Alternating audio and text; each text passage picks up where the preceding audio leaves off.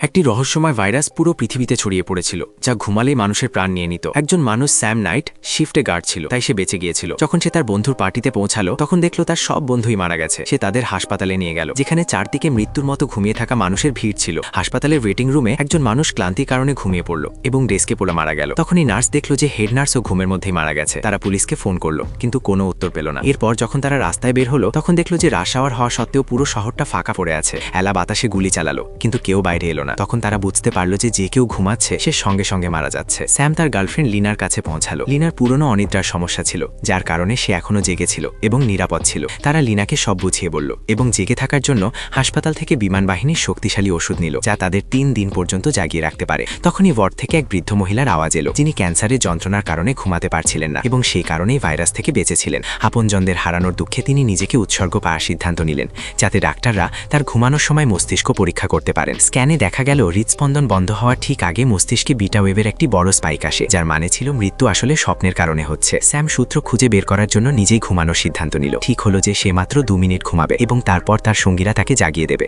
স্বপ্নে স্যাম নিজেকে একটি বিরান মাকে শৃঙ্খলে বাঁধা অবস্থায় দেখল। সেখানে সে তার মৃত মাকে দেখল, যিনি তাকে জাগানোর জন্য কফি নিয়ে এসেছিলেন। তখন স্বপ্নে এক অদ্ভুত বৃদ্ধ মানুষ এলো, যিনি বললেন যে এই ভাইরাসের চিকিৎসা এরিস্টিলা নামের একটি দ্বীপে লুকিয়ে আছে। স্যামের সঙ্গীরা তাকে জাগিয়ে দিল। বাস্তবে মাত্র 2 মিনিট কেটেছিল, কিন্তু স্বপ্নে সে পুরো দিন এবং রাত কাটিয়ে দিয়েছিল। পাইলট মাইক একটি প্রাইভেট প্লেন খুঁজে পেল এবং তারা হাজার হাজার কিলোমিটার দূরে সেই দ্বীপের দিকে উড়ে গেল, যেখানে তাদের ঘুমের বিরুদ্ধে যুদ্ধ করতে হতো। যাত্রার সময় লিনার সাহস ভেঙে গেল এবং সে অজ্ঞান হয়ে পড়ল। ওষুধ দেওয়ার পরও তার জ্ঞান ফিরছিল না। এরিস্টেলা দ্বীপে কোনো রানওয়ে ছিল না, তাই বাধ্য হয়ে তাদের প্লেনকে সমুদ্রে ক্র্যাশ ল্যান্ড করতে হলো, যার ফলে সবার ঘুম ভেঙে গেল।